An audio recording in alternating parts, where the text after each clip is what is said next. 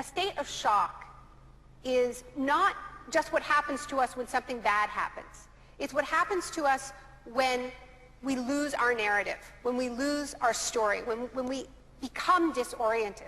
What keeps us oriented and alert and out of shock is our history.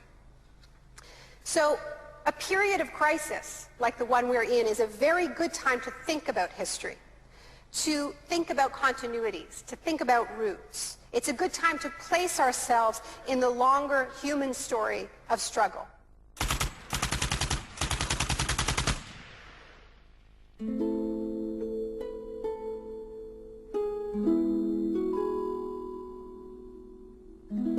The story begins on June the 1st, 1951, when representatives of Western intelligence agencies secretly met with academics at Montreal's Ritz-Carlton Hotel. This meeting contributed to military-funded research into the effects of sensory deprivation at McGill University. Sensory deprivation really is a way of producing extreme monotony. It causes loss of critical capacity. The thinking is less clear. The subject complains that he can't even daydream. And when you have college students that can't daydream, they're in a bad way. I began to think while we were doing our experiments that it's possible that something that involves physical discomfort or even pain might be more tolerable than simply the deprivation conditions that we studied. Hebb decided to stop work on the research. But I had no idea when I suggested that what a vicious weapon, potentially vicious weapon, this could be. These are the days and hours are the occasions. But experiments at McGill continued under the ambitious head of psychiatry, Dr. Ewan Cameron. What he did was much more than what we had done. We did our work strictly with the understanding that the subject could get up and walk out at any point he wished to, and some of them did. Cameron's patients were not so lucky. The Allen Memorial Institute, where he worked, began to resemble a macabre prison, where Cameron performed bizarre experiments on his psychiatric patients. Cameron wanted to de-pattern or wipe clean his patient's mind, so he could rebuild them from a blank slate. Janine Huard was a young mother of 4, suffering from postnatal depression. I used to shiver when they told me about, you're going to get a shock treatment tomorrow. I used to shiver. I was so scared of it.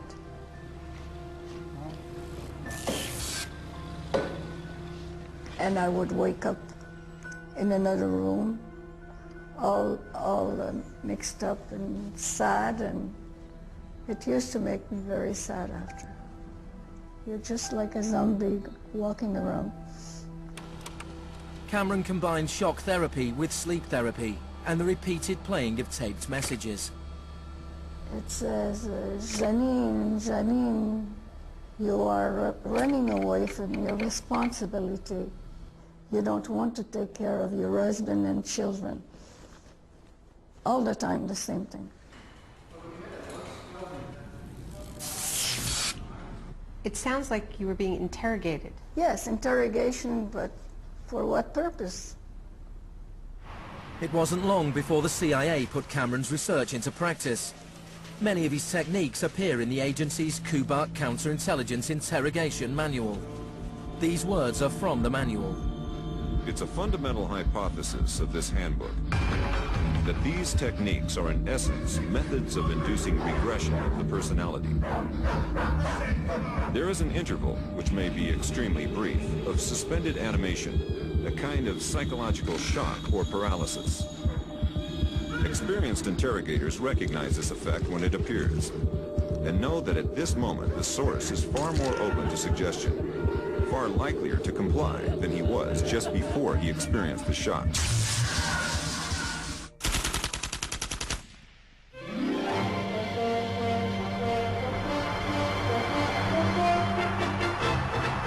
At the same time as Ewan Cameron was conducting his experiments in Montreal, an exponent of another kind of shock was working not so far away. Milton Friedman was teaching economics at the University of Chicago. He believed economic shock therapy could encourage societies to accept a purer form of deregulated capitalism. In October 2008, in the midst of the biggest financial crisis since 1929, Naomi Klein went to the University of Chicago to talk about Milton Friedman. When Milton Friedman turned 90, the Bush White House held a birthday party for him. And everyone made speeches, including George Bush.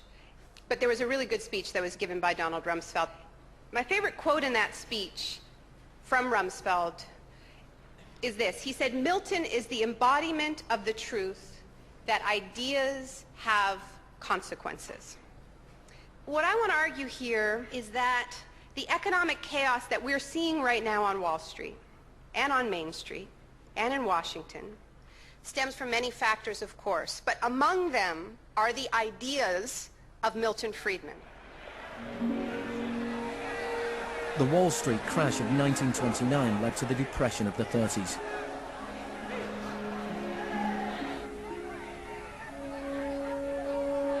Central to Friedman's thesis was his opposition to the New Deal, announced by President Franklin Roosevelt in his inaugural speech. Our greatest primary task is to put people to work. This is no unsolvable problem if we face it wisely and courageously. Let me assert my firm belief that the only thing we have to fear is fear itself. Influenced by the economist John Maynard Keynes, Roosevelt started a program of public employment to get people back to work. Today, depression is a fading memory. Millions of men and women have found employment, and with it confidence and hope. It wasn't that simple. The Depression lasted into World War II. But after the war, the Marshall Plan spread Keynes's model of government regulation and intervention to Europe.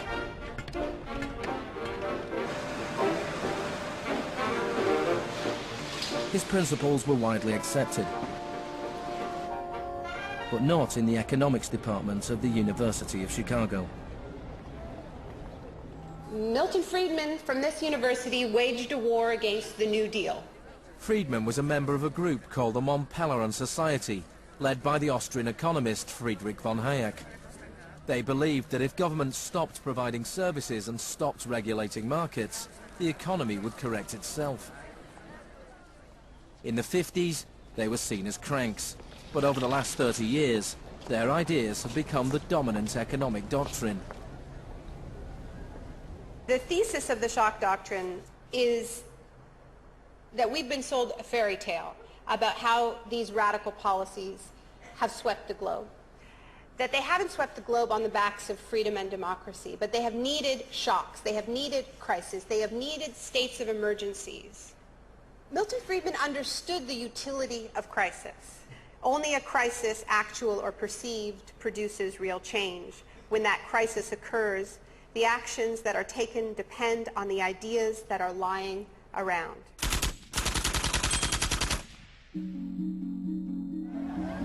It was in Chile that Friedman's disciples first learned how to exploit a large-scale shock or crisis.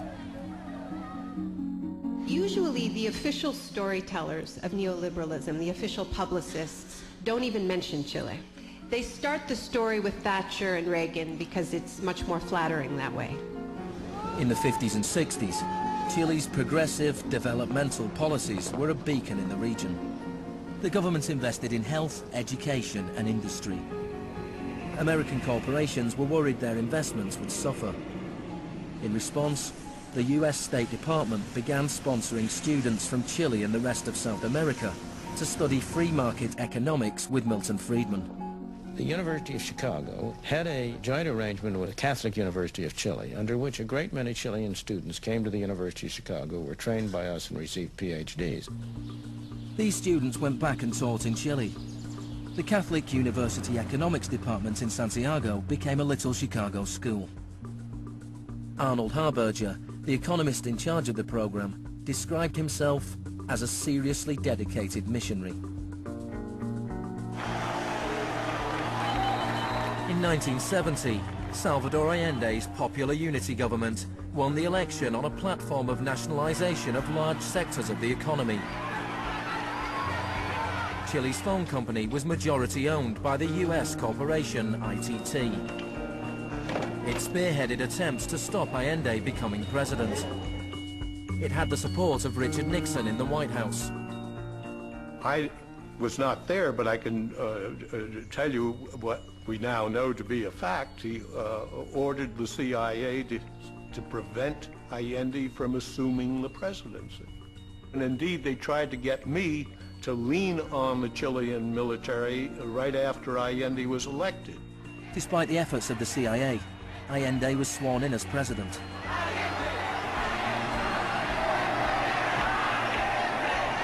Richard Nixon ordered the CIA director to make the economy scream. Señor Nixon es presidente de Estados Unidos y yo soy presidente de Chile. Yo no tendré un término despectivo contra el señor Nixon mientras el señor Nixon respete al presidente de Chile. Preparations began for the military coup. The Chilean Chicago boys started work on a 500-page economic blueprint called the BRIC. With US funding, everything was done to destabilize the economy. Truck drivers went on strike, bringing factories and shops to a standstill. There was a failed coup attempt on June the 29th, 1973. And then on September the 11th, with General Pinochet leading the army, the assault began on the presidential palace.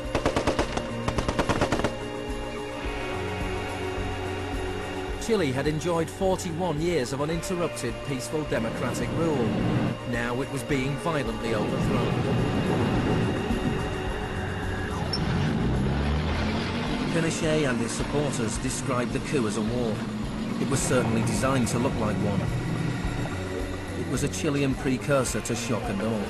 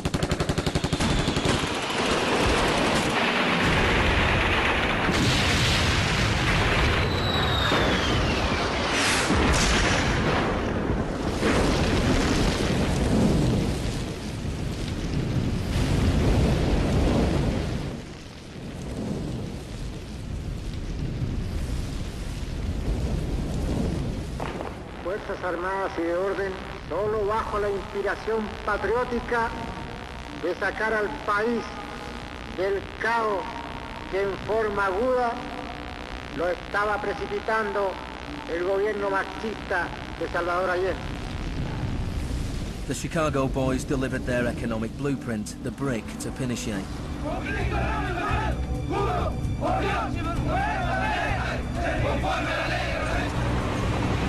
In the days that followed, more than 13,000 opponents were arrested and imprisoned.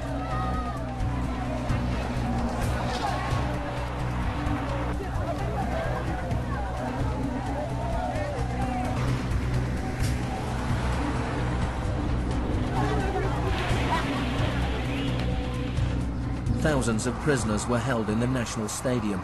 Many were tortured.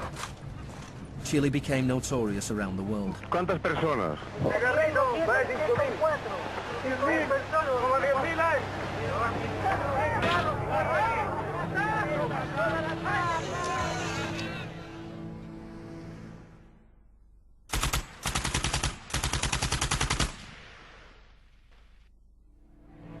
At the beginning of November, 5,000 prisoners were released. The 900 they left behind were transferred to other detention centers.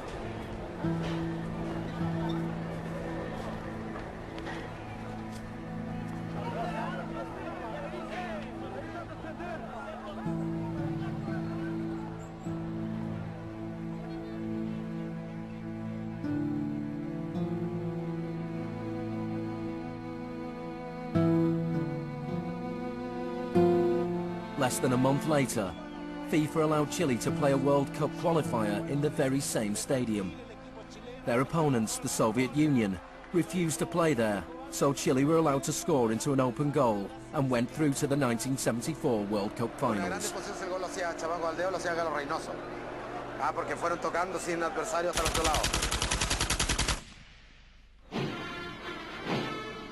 With the population in shock, Pinochet imposed the policies recommended by the Chicago boys.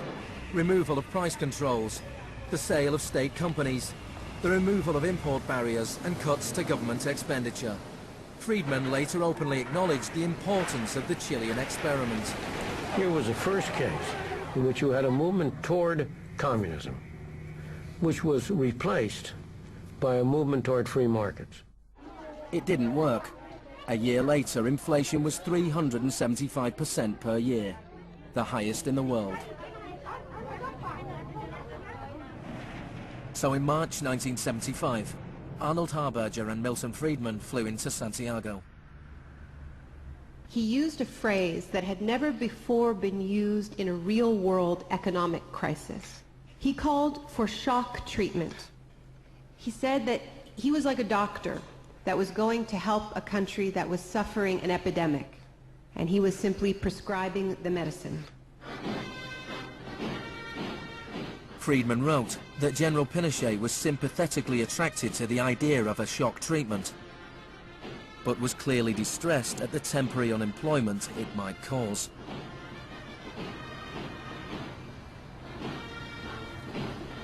It rapidly became clear that Friedman's economic policies benefited the wealthy at the expense of the poor. It was calculated that a family trying to live on the average wage had to spend 74% of its income on bread. Items such as bus fares or milk became luxuries, and Pinochet got rid of free milk in school, a move that echoed the controversial policy of the young education minister in Britain, who would later become his friend.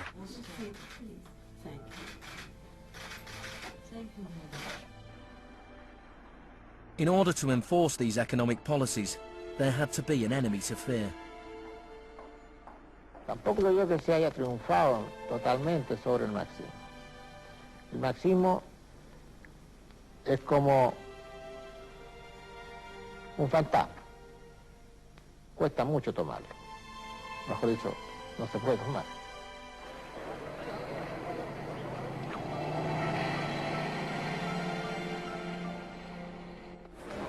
Friedman and Harberger argued that free market economics went hand in hand with freedom and democracy.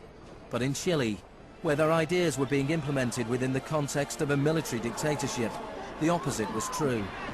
Many in Latin America saw a direct connection between the economic shocks that impoverished millions of people and the epidemic of torture inflicted on those who believed in a different kind of society. One of those was Orlando Letelier. Letelier had been Allende's ambassador in Washington. He spent a year in one of Pinochet's prisons before being exiled back to America. In 1976, Letelier wrote, "The economic plan has had to be enforced, and in the Chilean context, that could only be done by the killing of thousands, the establishment of concentration camps all over the country, and the jailing of more than 100,000 persons in 3 years."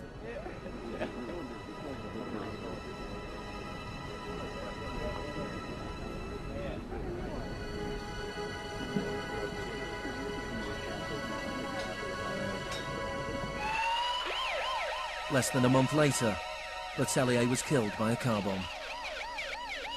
Good evening. A powerful bomb today tore through a car as it was driving along Washington's usually quiet Embassy Row.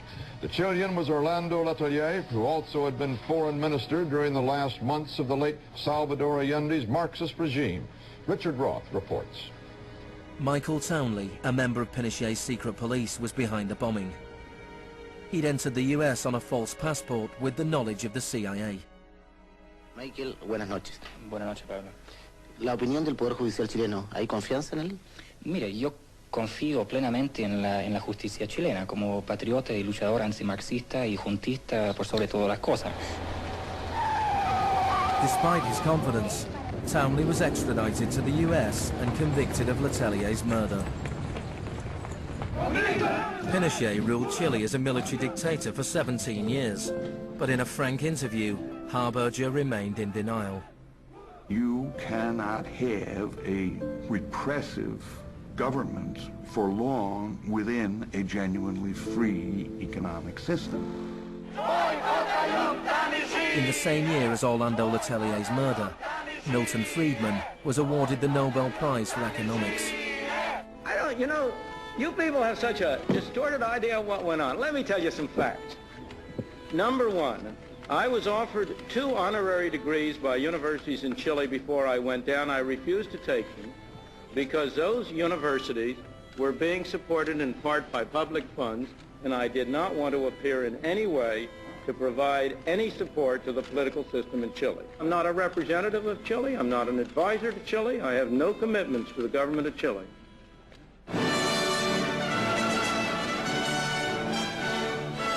I now turn to you, Professor Milton Friedman.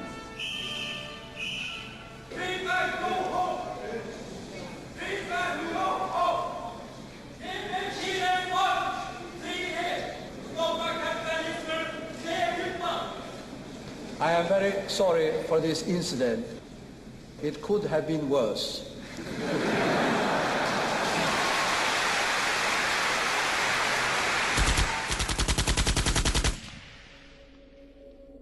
What I'm trying to do in the shock doctrine is tell an alternative history of how this savage stream of pure capitalism that we've been living, capitalism unrestrained, came to dominate the world.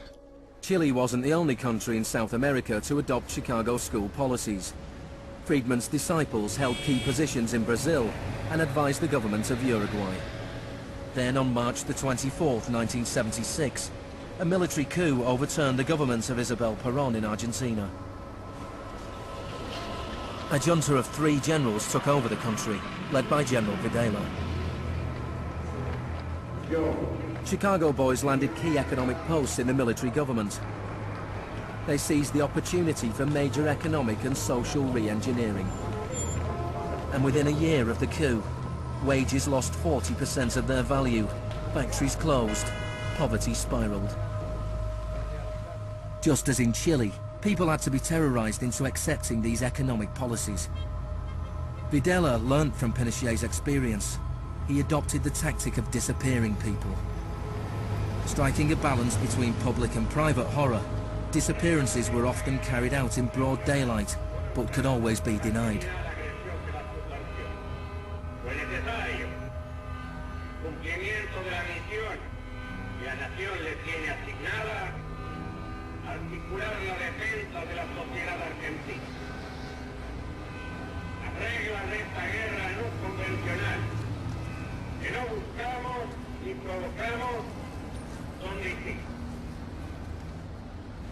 Many of the techniques used by the Chilean and Argentinian military had been learnt in the US-run School of the Americas.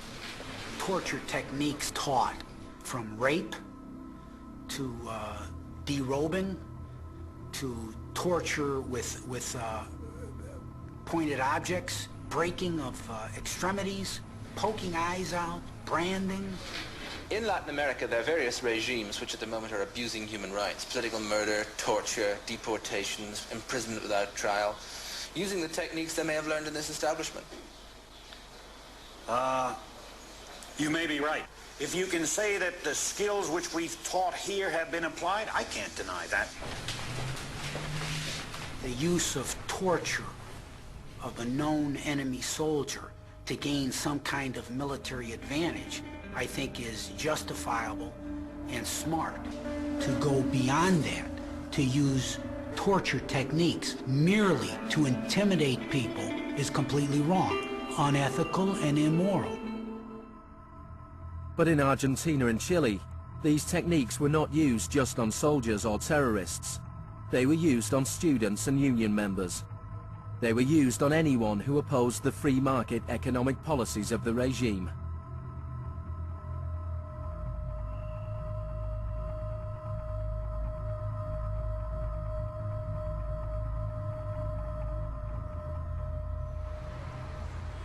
In 1978, the Argentine junta hosted the World Cup. The final was played in a stadium less than a mile away from the biggest detention camp in the country, where thousands of prisoners were held in torture chambers. Decir que con los goles, con el grito de gol, se tapaba la voz de los secuestrados, los gritos de los secuestrados era una realidad.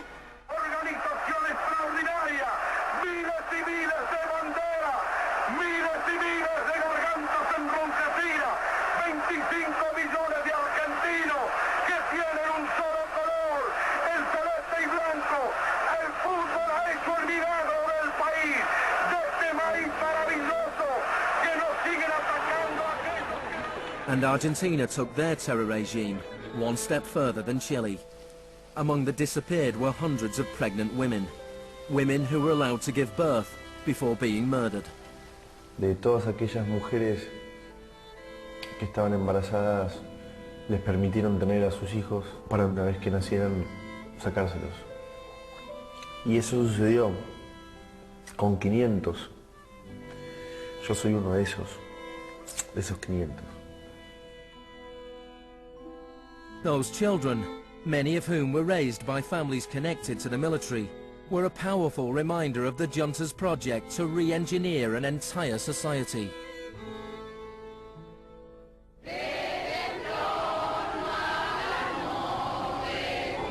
While the junta was still in power, a group of mothers and grandmothers of the disappeared started to protest in the Plaza de Mayo.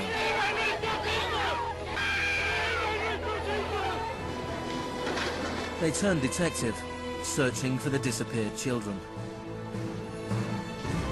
After the junta collapsed, some were found and reunited with their families. Occasionally they found remains. Mostly they found nothing.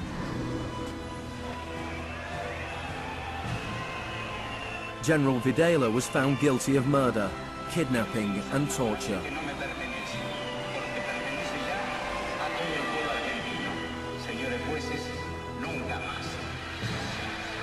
He was sentenced to life in prison.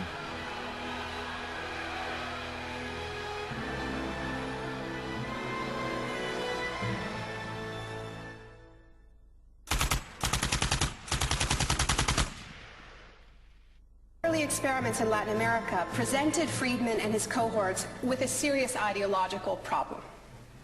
Friedman had promised that these policies would not just make the elites richer, but that they would create the freest possible societies, that this was a war against tyranny, that capitalism and freedom went hand in hand. Yet here we see that in the 70s, the only countries putting these ideas into practice were military dictatorships. Nixon had fully supported imposing these types of brutal free market policies in South American dictatorships. But when it came to domestic economic policy in the United States, where Nixon had to worry about getting re-elected, it was a very, very different story.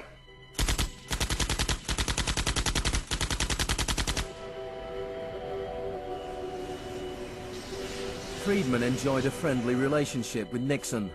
Several of his Chicago school colleagues and disciples were recruited to work for the government. Donald Rumsfeld was one of them. So help me God. Congratulations. Thanks. But in 1971, with the economy in a slump, Nixon turned his back on Friedman's ideas and imposed a wage and price control policy. He put Rumsfeld in charge. Which is essentially a problem of supply and demand. I have for long been opposed to the wage and price control. I believe it involves government intervention with the freedom of individuals. I think it's intolerable. The Keynesian policy was a success, and Nixon won a second term with a landslide majority. It was a blow for Friedman. Then in 1979, Margaret Thatcher was elected Prime Minister of Britain. Her intellectual guru was Milton Friedman's old mentor, Friedrich von Hayek. And just over a year later, Ronald Reagan was elected President of the United States. Both Britain and America were now ruled by unabashed Freemanites. Margaret Thatcher's program when she came in had 4 planks. Cut government spending, cut tax rates, reduce government ownership and operation of industries or regulation of industry, and have a moderate and stable monetary policy to bring down inflation. Within her first 3 years in office, unemployment doubled in parts of the economy, leading to waves of strikes. Thatcher's personal approval rating slumped to 25%. There were riots in Britain's major cities. Even Margaret Thatcher's admirers had their doubts. The economic performance of the Thatcher government has been mixed.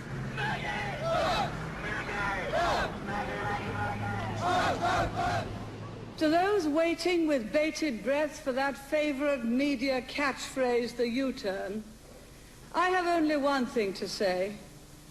U-turn if you want to. The ladies not for turning. Friedrich von Hayek urged Thatcher to copy Pinochet's economic shock therapy policies. Thatcher replied, "In Britain, with our democratic institutions and with the need for a high degree of consent, some of the measures adopted in Chile are quite unacceptable." Thatcher's profound unpopularity seemed to be proving once again that free market fundamentalism was simply too unpopular, too directly harmful to too many people to survive in a democratic state where governing requires getting the consent of the governed, unlike a military dictatorship. What pulled Thatcher back from the abyss and ultimately saved the project was a crisis. Indeed, it was the ultimate crisis. It was a war. We are here because for the first time for many years, British sovereign territory has been invaded by a foreign power. The government has now decided that a large task force will sail as soon as all preparations are complete. HMS Invincible will be in the lead. Most people in Britain had never even heard of the Falklands. But when Argentina invaded the small group of islands thousands of miles away in the South Atlantic, Thatcher seized her opportunity to prove her credentials as the Iron Lady. Gentlemen, I've just heard that the white flag is flying over Stanley. The war was over in less than 3 months. As the troops returned to Britain, a wave of patriotic celebrations swept the country. Thatcher won the 1983 elections with a massive majority. She could now push through a form of the economic shock therapy witnessed in Chile.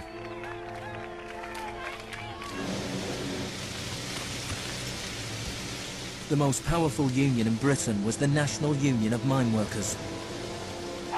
When the National Coal Board tried to close pits down, the miners went on strike. Parts of central London are brought to a halt as thousands of miners and sympathizers march through the city in support of the miners' strike. It's Britain's longest and most bitter since 1926, and the most expensive ever. The strike lasted almost a year. Thatcher used every means at her disposal to destroy the union.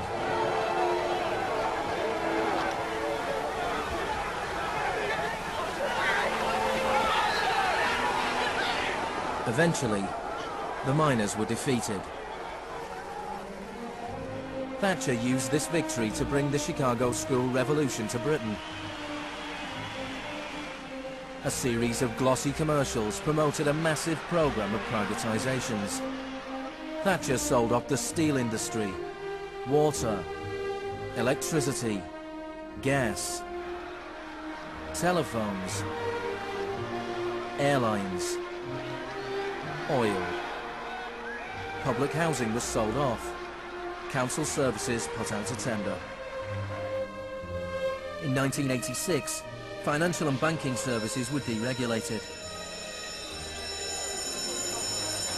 It was called the Big Bang. No one here tonight needs reminding that the Big Bang is only a beginning. In Britain, before Thatcher, a CEO earned 10 times as much as the average worker. By 2007, they earned more than 100 times as much.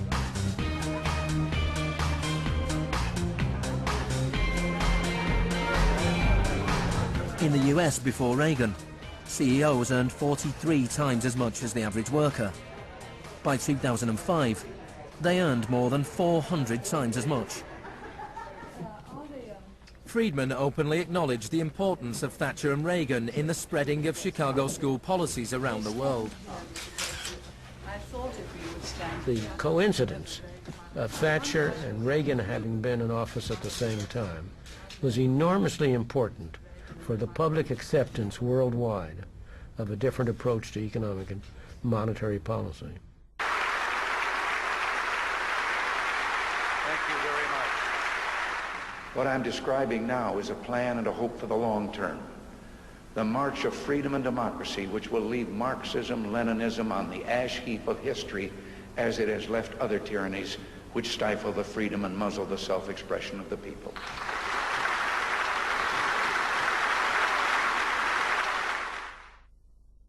Now, we all know the fairy tale about the fall of communism, that the West under Reagan and Thatcher looked so prosperous to the people of the former communist bloc that they themselves demanded radical free market policies. Now, this really is a fairy tale. It is true that people who had been living under authoritarian communism genuinely wanted democracy, and it's also true that people wanted to be able to go out and buy blue jeans and have Big Macs. That is true. But that does not mean that they wanted the kind of Wild West capitalism of oligarchs gone mad and no social protections that so many Eastern Bloc countries actually ended up with and suffer under to this day. Thatcher had done everything she could to break the power of the unions in Britain. But in 1988, she went to Poland to show her support for the workers' union Solidarity. How do you see the process from where you are now to where you want to be? Strikes in Poland led to Solidarity being allowed to contest a general election in June 1989. This triggered a wave of demonstrations throughout Eastern Europe.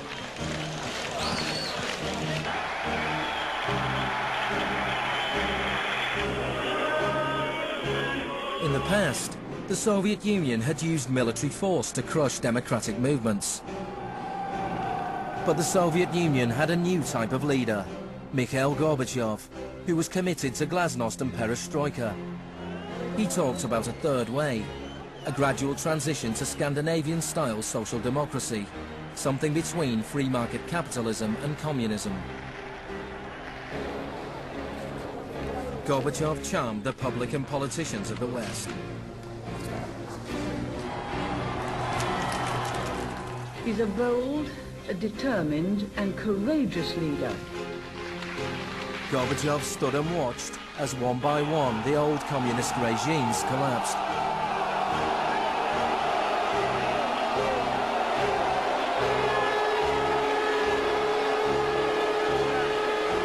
At the end of the year, the most famous symbol of the division of Europe came tumbling down.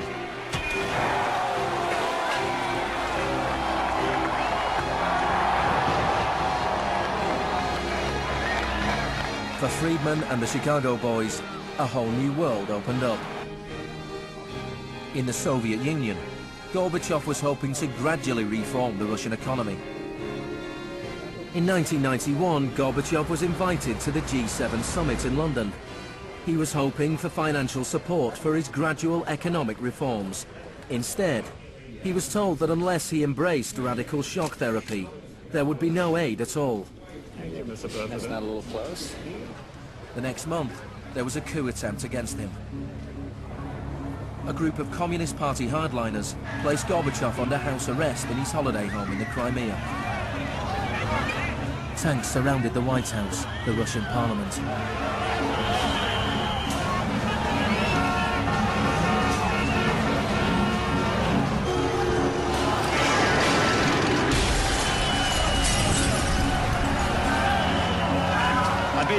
chaos of street clashes,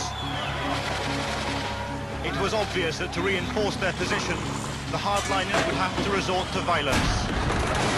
Such action between the people and the security forces has not been seen since the early days of the Russian Revolution. By dawn this morning, amid a sea of debris, it was becoming clear that the coup was disintegrating. The Russian parliament building was unscathed, the military had not made their move. Inside, Boris Yeltsin was more powerful than ever.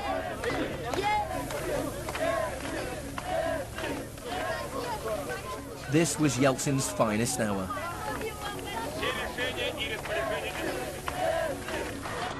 Gorbachev was released and he returned to Moscow, but he had lost much of his power.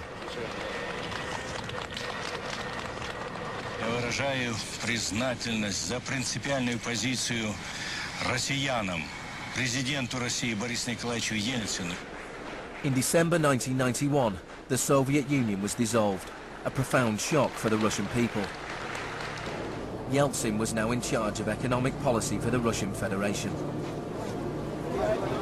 The free market came to Russia. There was chaos.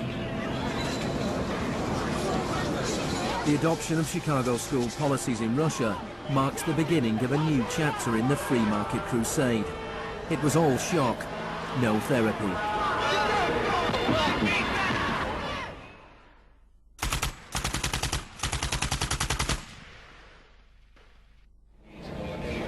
Despite the public efforts to promote popular capitalism, the reality was a small handful of businessmen made vast fortunes. State industries were sold off at bargain basement prices.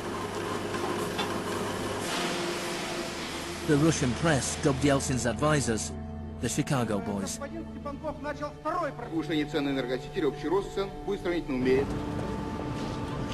Yeltsin's shock therapy meant that in 1992, the average Russian consumed 40% less than in 1991.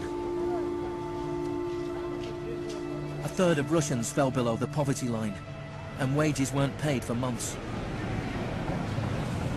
One expert today predicted 140 million Russians will soon be living below the poverty line. Corruption was rife. Organized crime boomed. Moscow became the new Wild West.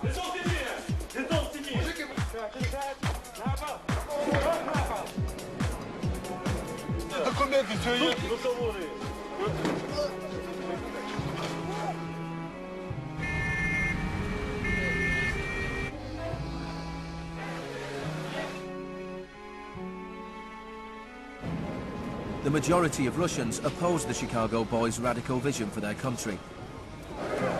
In March 1993, Parliament made a crucial decision. It voted to repeal the special powers it had given to Yeltsin. Yeltsin declared a state of emergency.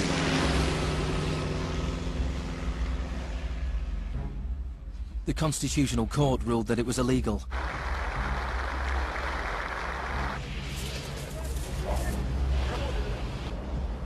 On September 21st, Yeltsin took the Pinochet option and dissolved Parliament. Сегодняшнего дня прерывается осуществление законодательной, распорядительной и контрольной функций съезда народных депутатов. The West threw its weight behind Yeltsin. We feel that Boris Yeltsin is the best hope for democracy in Russia. 2 days later, Parliament voted to impeach Yeltsin by 636 votes to 2. Thousands of supporters of the Parliament gathered outside the White House and marched on the television station.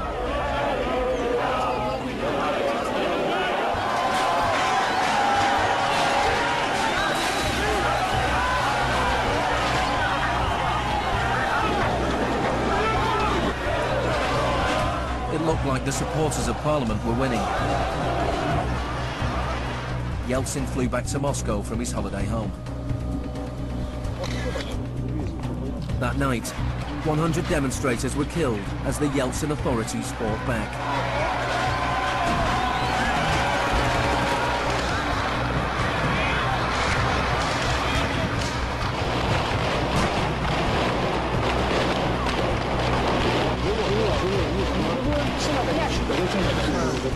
On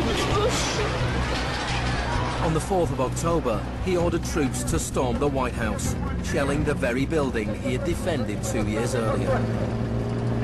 Они убийцы, ты понимаешь или нет?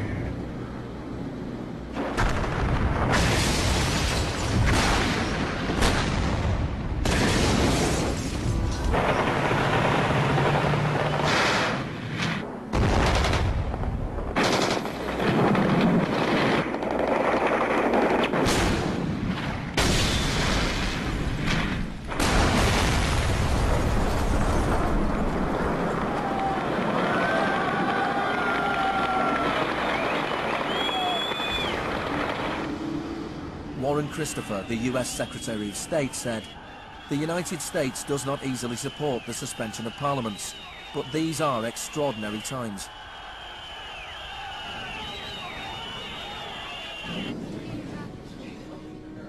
Yeltsin now had absolute power.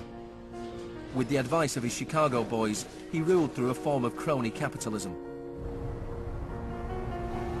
Even more state industries were sold off, creating a new class of billionaire businessmen with huge political influence, the oligarchs. By 1998, 80% of Russian farms were bankrupt and 70,000 state factories were closed. In 8 years, the number of people living in poverty increased by 72 million. Meanwhile, Moscow would go on to have more billionaires than any other city in the world.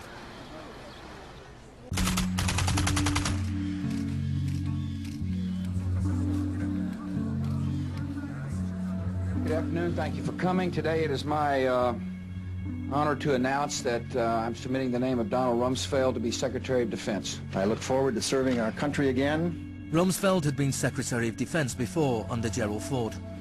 Then, the enemy we were supposed to fear was the Soviet Union. I'm not saying with certainty that the Russians are coming. I'm saying the trends are here. I'm not saying the Russians are 10 feet tall. I'm saying they used to be 5'3". They're now 9.5, and they're growing.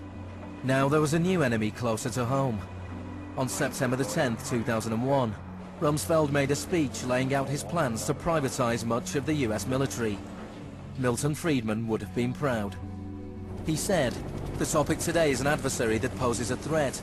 A serious threat to the security of the United States of America. This adversary is one of the world's last bastions of central planning. It governs by dictating 5-year plans. Perhaps this adversary sounds like the former Soviet Union, but that enemy is gone. This adversary is closer to home. It's the Pentagon bureaucracy. Today, we declare war on bureaucracy." The next day, American Airlines Flight 77 crashed into the Pentagon, killing 184 people.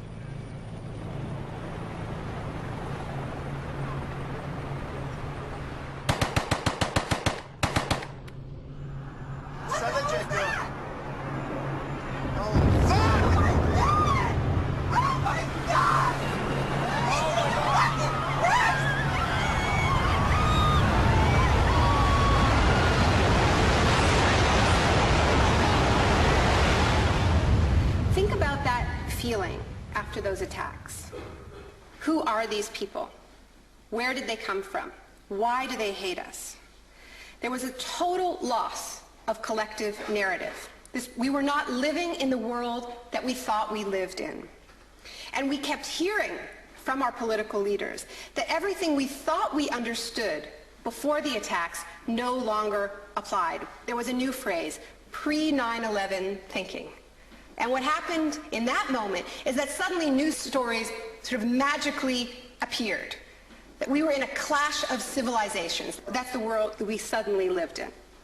That there was an axis of evil, and that we were fighting a war against terror. This abstract, unwinnable war has had huge economic consequences. Before 2001, Homeland Security barely registered as an industry. Today, it is bigger than Hollywood and the music industry combined. Between September the 11th, 2001 and 2006, the Department of Homeland Security handed out $130 billion to private contractors. This is the disaster capitalism complex, a new economy built on fear. This will be a monumental struggle of good versus evil. The best defense against terror is a global offensive against terror, wherever it might be found. The first phase of this war was the bombing of Afghanistan.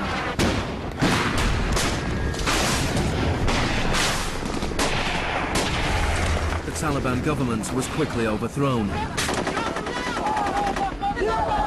The aftermath of the war was more complicated. Our fight against terrorism began in Afghanistan, but it will not end there. We're primarily looking at detainees that we can use. We're collecting intelligence.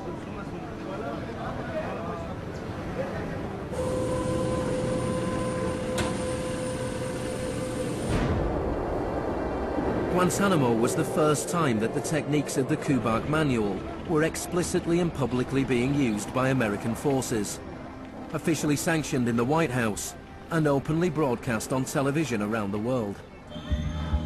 Isolation, both physical and psychological, must be maintained from the moment of apprehension. The capacity for resistance is diminished by disorientation. Prisoners should maintain silence at all times. They should never be allowed to speak to each other. 3 of the prisoners were Asif Iqbal, Ruhal Ahmed and Shafiq Rasool from Tipton in England. They spent more than 2 years in Guantanamo before being released without charge. Mentally, yeah, you couldn't speak to nobody, you couldn't do nothing, you couldn't stand up. And just sitting there, you'd be in your thoughts all the time thinking, what the hell's going on, where the hell am I? Are we going to be staying here for the rest of our lives? Are we going to be going back home? Will we ever see our family again? Of the 779 prisoners that have been held in Guantanamo Bay, only 3 have ever been convicted of any offence.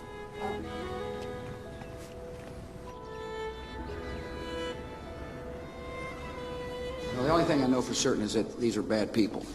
It was a message to the whole world, and the message was clear. It was, this is what happens to you if you get in our way.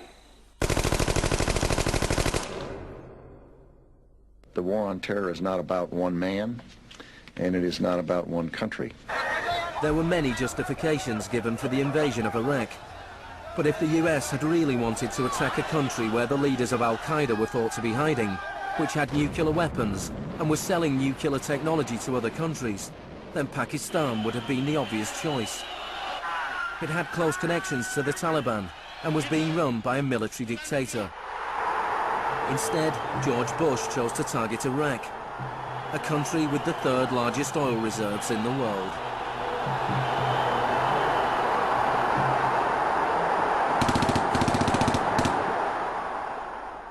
Now, about the Defense Department's war plan. It is not like that for the Gulf War. It's more along the lines of the Panama invasion of 1989.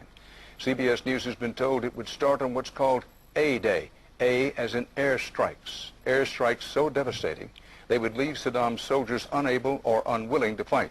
The idea is to rain down the thunder so hard as to create, quote, shock and awe. If the Pentagon sticks to its current war plan, one day in March, the Air Force and Navy will launch between 300 and 400 cruise missiles at targets in Iraq. More than were launched during the entire 40 days of the first Gulf War. The sheer size of this has never been seen before, never been contemplated before. Harlan Ullman is one of the authors of the shock and awe concept, which relies on large numbers of precision-guided weapons. So that you have this simultaneous effect, rather like the nuclear weapons at Hiroshima, not taking days or weeks, but in minutes.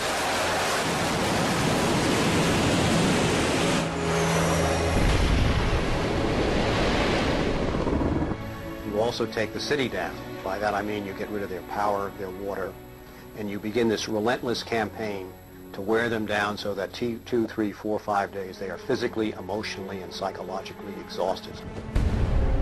Last night, a square mile in central Baghdad seemed like hell on earth. During the first wave of the bombing, the citizens of Baghdad suffered a version of the sensory deprivation described in the Kubark Manual. In the chaos that followed the overthrow of Saddam Hussein, the US did little to stop the looting. Some US officials even thought it gave them a head start on dismantling the Iraqi state. John Agresto, Director of Higher Education Reconstruction, said he saw the looting of schools as the opportunity for a clean start. In fact, before sanctions, Iraq had the best education system in the region. 89% of Iraqis were literate. By contrast, in New Mexico, John Agresto's home state, 46% of the population were functionally illiterate.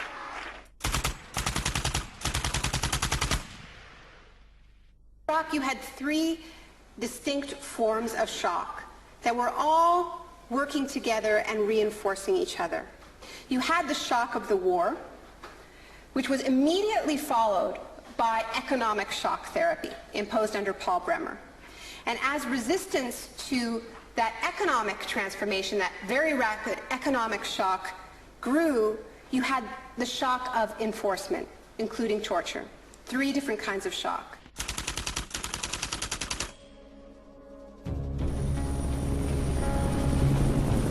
In May 2003, Paul Bremer was appointed US envoy to Iraq. 2 weeks after he arrived, he declared the country open for business. We considered that the coalition had very broad authorities to determine the direction of the Iraqi economy. Bremer knew little of Iraq, but he knew about disaster capitalism. He had launched crisis consulting practice at the start of the Homeland Security boom. Today is a very important day in Baghdad. Bremer spent the first 4 months passing classic Chicago school laws. Rumsfeld described Iraq as having some of the most enlightened and inviting tax and investment laws in the free world. One of the first acts of Bremer was to fire 500,000 state workers. This was partly an act of debartification, but slashing governments was also vintage Friedman. Money was promised for reconstruction. Our investment in the future of Afghanistan and Iraq is the greatest commitment of its kind since the Marshall Plan. But in fact, it was just the opposite. Whereas the Marshall Plan was intended to boost European industries, US aid money in Iraq was spent on US corporations. If work came to Iraqis, it came at the bottom of a series of subcontractors. Creative associates received contracts worth $100 million to draft the curriculum and print new textbooks for the education system. Management and technology consultant Bearing Point was awarded contracts worth $240 million to build a market-driven system in Iraq. North Carolina-based RTI received contracts worth $466 million to advise on bringing democracy to Iraq. And Halliburton was awarded $20 billion in cost-plus Iraqi contracts. Parsons was handed $186 million to build 142 health clinics. Only 6 were ever completed. Basic electricity and water supplies hardly improved, despite billions being spent in the first 4 years. We're going to succeed here, and when we succeed here, we will have done something important, not just for 25 million Iraqis. We will have done something that serves Western interests in this whole region. Even the new Iraqi currency was printed abroad. Let me show you an example of these notes. The US even paid private contractors to monitor the work of the private contractors who won contracts.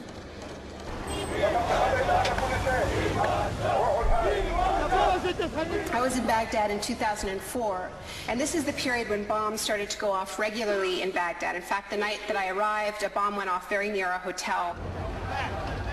But what was really striking to me in this period was that despite the violence and despite the chaos, the next day, Iraqis were out in the streets protesting. 19 killed and 100 injured in Najaf. And what they were demanding at this time was elections, the right to actually have a say in what the post-Saddam era would look like. Now, in the early days of the occupation, the protests were peaceful, but as time went on, and the protests didn't have an effect, more and more Iraqis joined the armed resistance.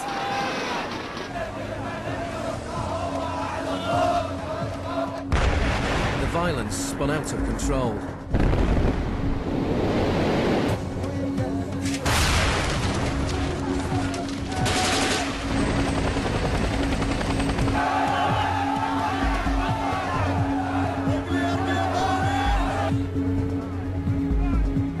As in South America 3 decades earlier, bodies were often dumped by the roadside as a warning to others. These were Iraq's disappeared.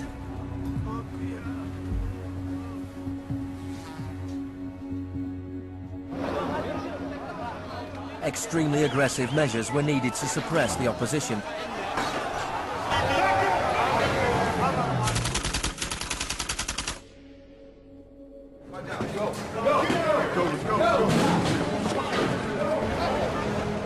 The first 3.5 years of the occupation, 61,500 Iraqis were captured. By spring 2007, 19,000 remained in custody. In prison, they were interrogated using techniques that could be traced to those devised by the CIA from Ewan Cameron's experiments in the 50s.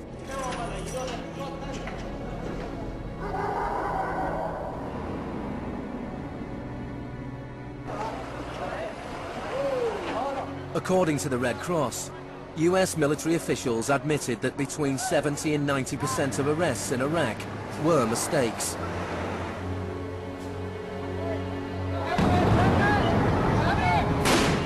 The chaos in Iraq seems like a defeat for shock therapy. But in Iraq, disaster capitalism moved on. Now the disaster itself provided the opportunity for profit.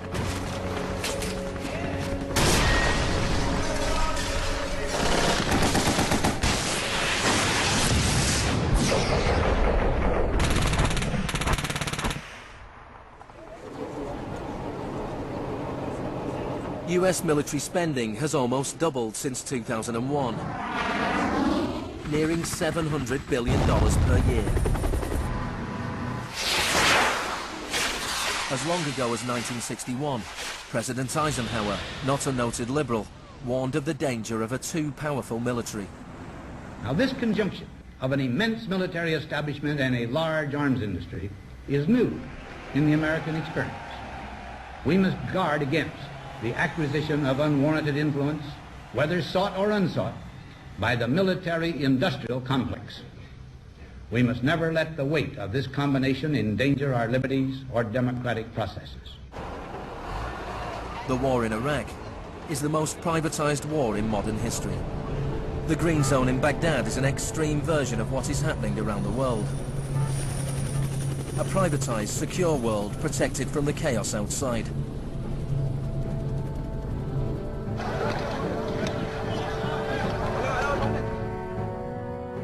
In 1991, in the first Gulf War, for every 100 soldiers there was one military contractor.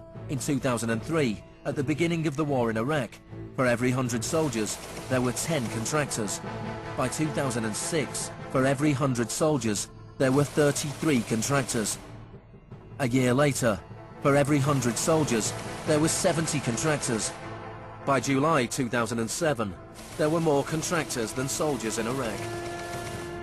This was going beyond what even Milton Friedman had dared to hope. The only things I would not denationalize are the armed forces, the courts, and some of your roads and highways. One of the most high-profile contractors was Blackwater USA. During the April 2004 uprising in Najaf, Blackwater assumed command over US Marines. Dozens of Iraqis were killed during the operation. The US had indemnified the private contractors against any Iraqi laws, so they were operating in a law-free bubble, a little like Guantanamo. I asked your Secretary of Defense a couple months ago what law governs their actions. Mr. I was Rumsfeld... going to ask him. Go ahead.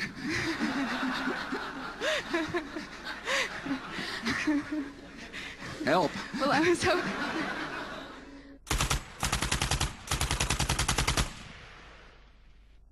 Just as Cameron's shock therapy left his patients confused and broken, so the multiple shocks inflicted on Iraq reduced the country to a lawless, violent, sectarian mess.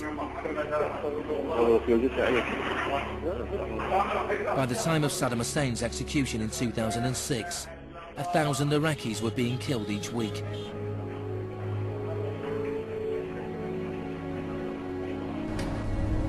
By April 2007, the United Nations High Commission for Refugees estimated 4 million people had had to leave their homes. Hundreds of thousands of Iraqis had died. I think the historians will write very clearly that we did a great and noble thing here.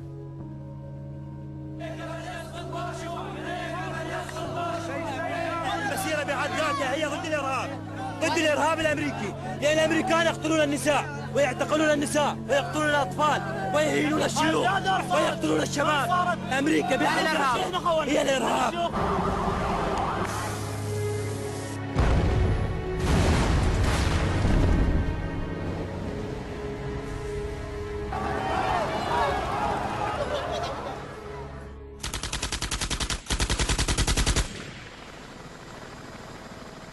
When Hurricane Katrina hit New Orleans in August 2005, the world was shocked to witness a sort of disaster apartheid.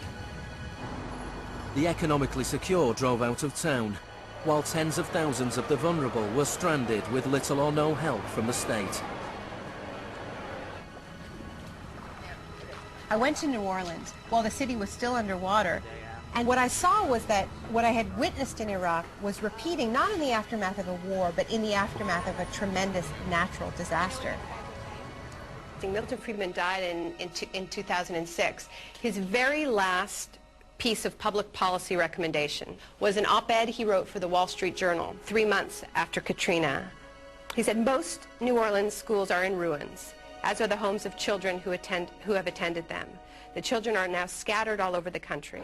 This is a tragedy. It is also an opportunity to radically reform the education system. He was advocating the wholesale privatization of the school system of this city. It was his sort of swan song.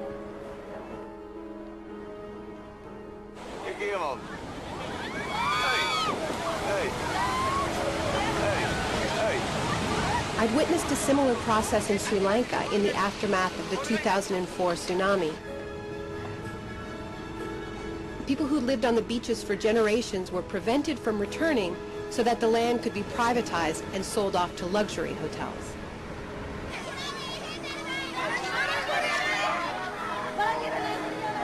And this is exactly what I mean by the shock doctrine, the systematic raiding of the public sphere in the aftermath of a disaster, when people are too focused on the emergency, on their daily concerns, to protect their interests.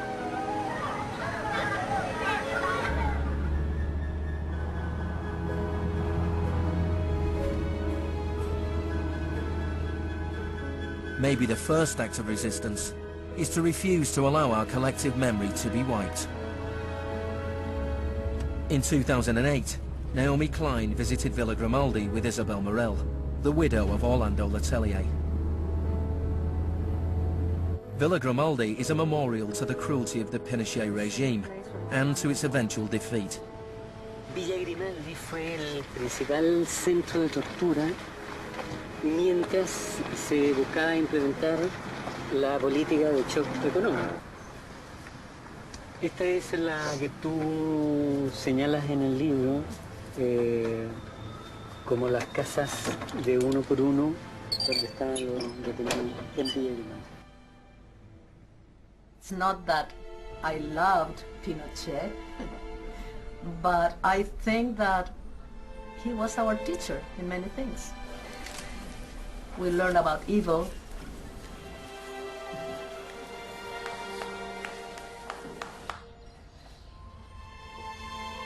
In 1998, Pinochet was arrested while he was in London.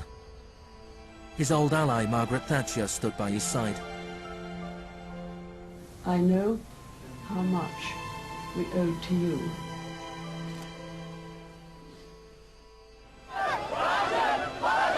It took 30 years for the economic experiment originally test-driven by Pinochet to make its way around the globe to Iraq. But the similarities between past and present are startling. between Pinochet's concentration camps and Bush's Guantanamo detention center, between the disappeared in Chile and those in Iraq, between the experiments of Ewan Cameron and the torture meted out on the prisoners of Abu Ghraib. These are the days and hours. He erased all the past. That's why he gave electroshocks. All the past from the patient, and he would implant some new ideas. But Janine resisted. In 1988, the CIA agreed to pay compensation to Janine and other victims of Ewan Cameron's experiments. Janine, are you proud that they tried to break you and that you have fought so hard and won? In a way I am. In a way I am. Because I must have some willpower seeds in me. It is very, very hard to fight a government. People would tell me, Janine, you don't fight a government. What's the matter with you? They're too big. But I had faith that we would win.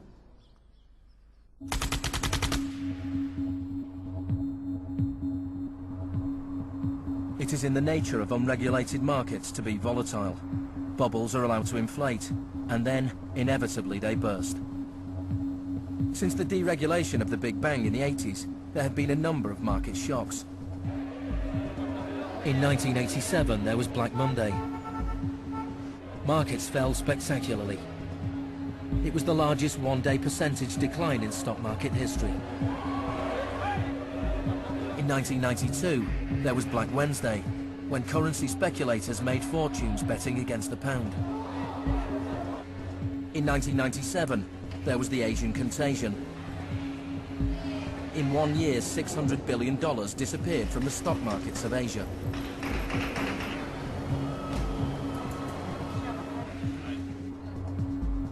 And then, in September 2008, the financial markets imploded.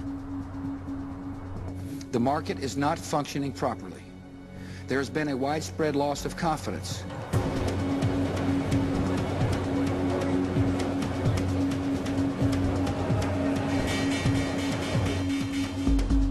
On September the 15th, Lehman Brothers filed for Chapter 11 bankruptcy protection.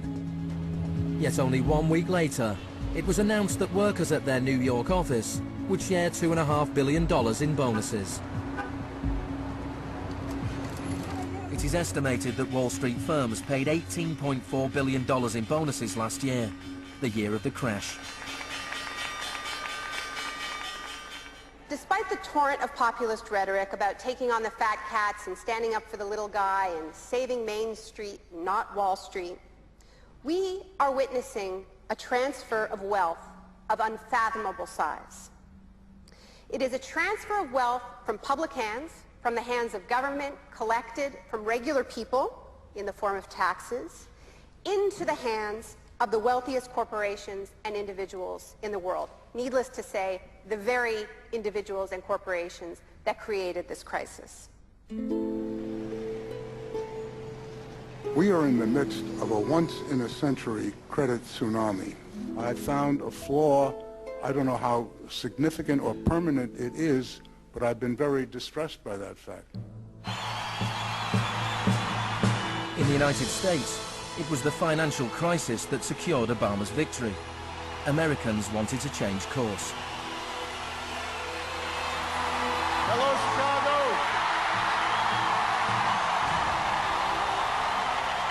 This crisis is clearly understood by almost everyone as being the direct result of this particular ideology of deregulation and privatization.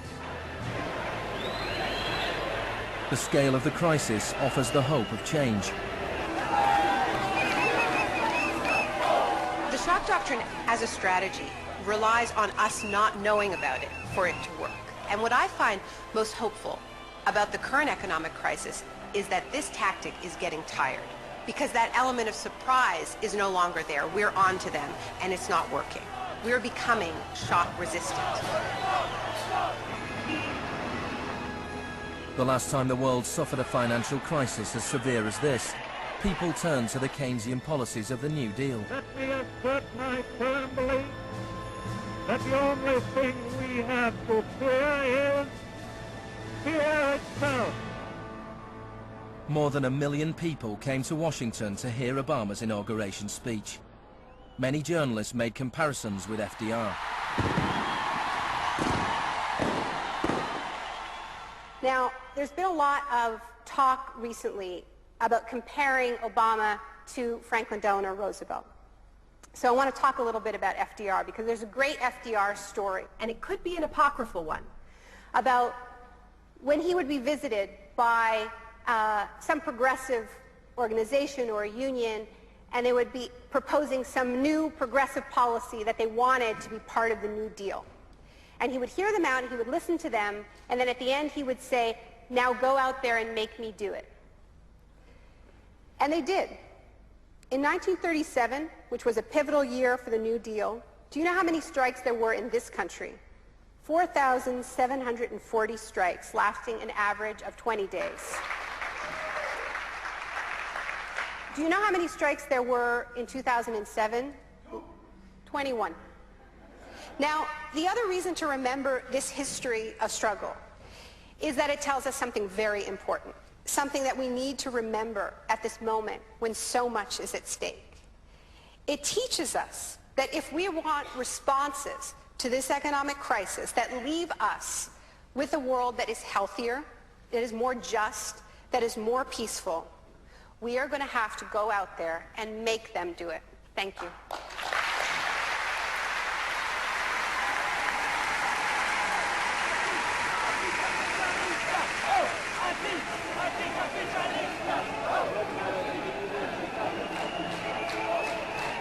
Next week's exclusive new true story is Nursery University, more for Tuesday night at 10. And stay with us for the story of the rise and downfall of Enron, the smartest guys in the room.